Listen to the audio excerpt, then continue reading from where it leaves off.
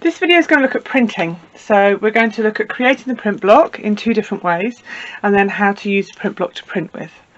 So first thing we're going to look at is the polystyrene. Now the polystyrene isn't expensive, it's not the cheapest method, but it's certainly not as expensive as lino, and once you have the polystyrene you don't need any extra tools really. So I would recommend learners do the drawing first on a piece of paper and then they can lay it over the top of their polystyrene and draw the image through. So let me show you what I mean. So here we have just a piece of paper and I'm just doing a really simple design. So I'm going to just draw a heart and I'm going to lay that over the top. And then I'm just going to press harder as I draw over my line of my heart. Now you don't need to get it perfect the first time, because what you're then going to do is remove your drawing and your imprint will be there on the board. Now I use a biro because I find it runs much more smoothly than a pencil. And you're just going to draw over the top. And you may find it easier to tell learners to hold the pen at an angle, so about 45 to the piece of polystyrene, but it doesn't matter really, it just saves them making divots or holes in their piece of polystyrene. Now what you have to remember when you're working with this method is whatever you draw will be the negative, so will be the white space, and then the rest will be the positive space. So here's one I made of St Paul's Cathedral, a very simple one. And when it printed, the lines I've drawn with my pen have come out as the white. What you can do to avoid that, if you want to make things a little bit more complicated, is you can cut out your shape. Oh, and it will rip.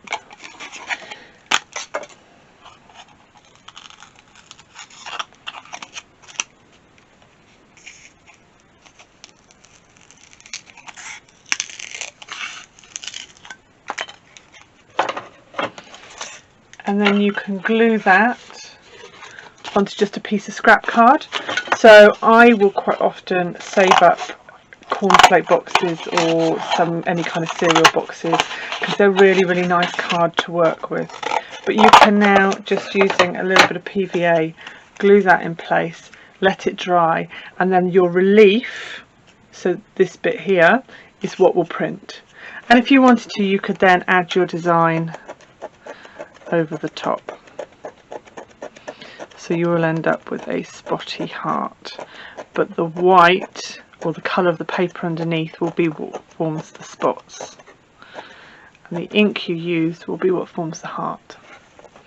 So that's the polystyrene. To do a collage print, which is essentially just a collage on a piece of paper that you're going to print with, you're going to need card and string. Now I use string sometimes if I want fine lines, otherwise if I'm looking for bulk stuff, for bulk shapes like we use in the Bomber Command, then I will just cut out the card the shape that I want it to be. So let me try. And quite often the backboard of sketchbooks, which is this nice grey board, is great to work with as well for that. So if I want to, again we're just going to go for the heart because it's such a simple motif to show you what to do. And you're going to cut out your heart very carefully.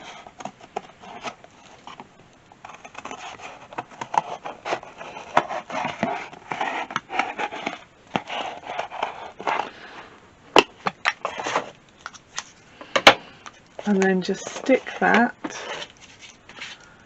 onto a piece of card. That you can just use glue stick for because it's card on card. The only reason I would use PVA is that the polystyrene doesn't take so well to glue sticks. And there you have your simple collage print block.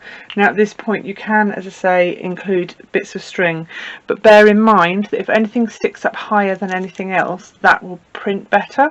So if your string is thicker than your card, your string will print and your card won't. So that's the two different methods of creating a print block. And now I just want to show you.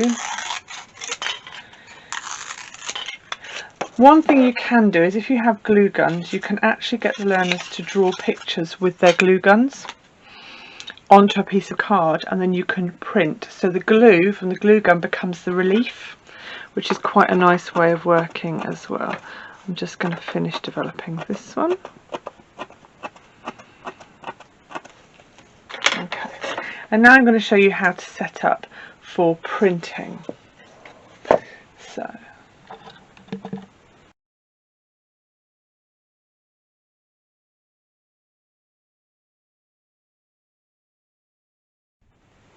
So let's look at printing with your print block.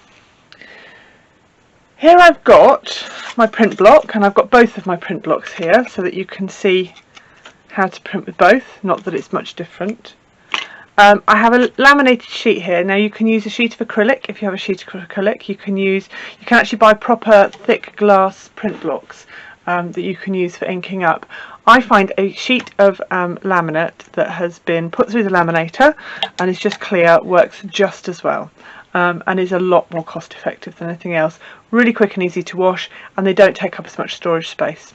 So you can stick all your printing stuff into one tray, and it makes it much easier rather than having big glass blocks that you've got to carry and lug around. Printing ink. Now printing ink is different from paint because it's thicker and it's slightly slower drying, so it will give learners that chance to actually get all their prints done without the ink drying first, and you do get a richer colour because it's a lot oilier. Now this is a water-based one, and I would strongly recommend a water-based one. If you get an oil-based one, as lovely as they are to work with, if the learners get it on their clothes, it has wrecked their clothes. And these are 2 rollers. Now they come in various sizes. If the learners are working quite small, just work with small rollers like this. You don't need to buy big ones. And then I've got the papers that I'm going to be printing on. Again, it doesn't really matter what you print on. You can even collage. So this piece here I've collaged, but try and make sure that all of your surface textures are the same thickness. So if you stick a piece of string on it and try and print on top of it, it will print onto the string, but obviously won't print onto the area below it because the print block can't get to it because the string is stopping it. So try and keep it fairly flat. This is tissue papers that I've actually worked on there. So today I've just gone with a plain yellow card. This is a like gingham printed paper and just a normal white photocopy paper, and you can get away with slightly smoother surfaces. They will take slightly longer to dry because of course obviously the ink's going to take longer.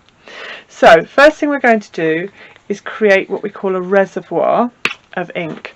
So a little line of ink across the top. Now when you're working with younger learners, I would say try not to put too much out because they do love to get the ink all over the place and kind of get in there, which is great. The enthusiasm is wonderful, but it doesn't always work to our benefit. So all you're going to do is go up and pick up a little bit of the ink, and then you want to make a nice smooth, well spread area of ink that we can keep dipping into when we need to, and it should be evenly spaced out, so that's nice. Now these rollers actually have a section at the back that allows you to stand them up, so it's very important you remind learners you have a clean area, which is this side here, and a dirty area, which is this side here. Okay, so the dirty area is where the ink goes on.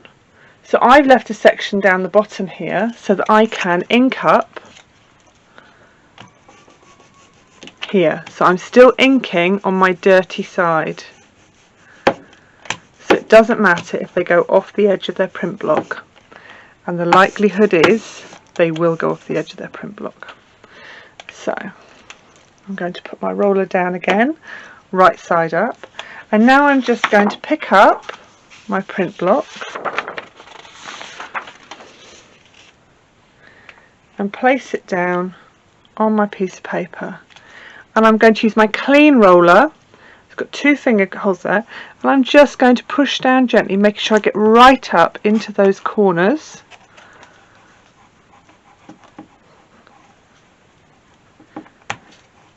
and along those edges, and then I can gently peel my print block back to be left with my design. You can get 2 prints out of one, and they will get slightly more faded as you go, which can be quite a nice effect. Sometimes it's effective, sometimes it's not. As with everything, printing is about a little bit of experimentation, and it's good to get the learners to see that sometimes things work and sometimes they don't. So if you want something a bit more subtle, you can get 2 prints out of a block. By the time you get to the 3rd, it normally doesn't work. It's exactly the same method with your collage print. So collage being the mixture of the word collage and graph or print. And you're just going to roll. Now your first coating, you might need a little bit more because the card will soak up some of the ink. So, there we go. Again, I finished with my dirty, so I'm coming over to my clean. And I'm just going to lay it on there and push down.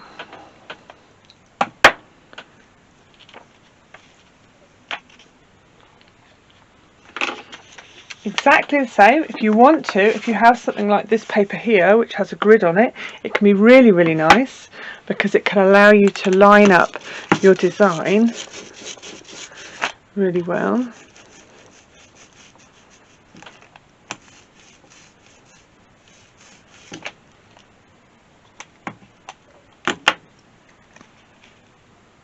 Along that straight edge there, so you know it's in line with your gingham print.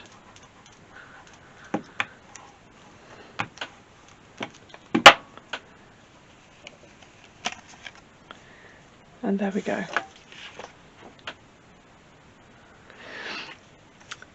These, the polystyrene, can be washed and reused if you're very careful with them. They are quite fragile, so they will rip, will snap more than anything. The collage print, once it's done, if you allow it to dry, it can be reused again, but don't try and wash those ones obviously because they're just cardboard and they will fall apart. If you want to have an experiment and you've got 2 or 3 different colours of print, you can print one way up, let it dry, re-ink with a different colour, and then print it almost upside down.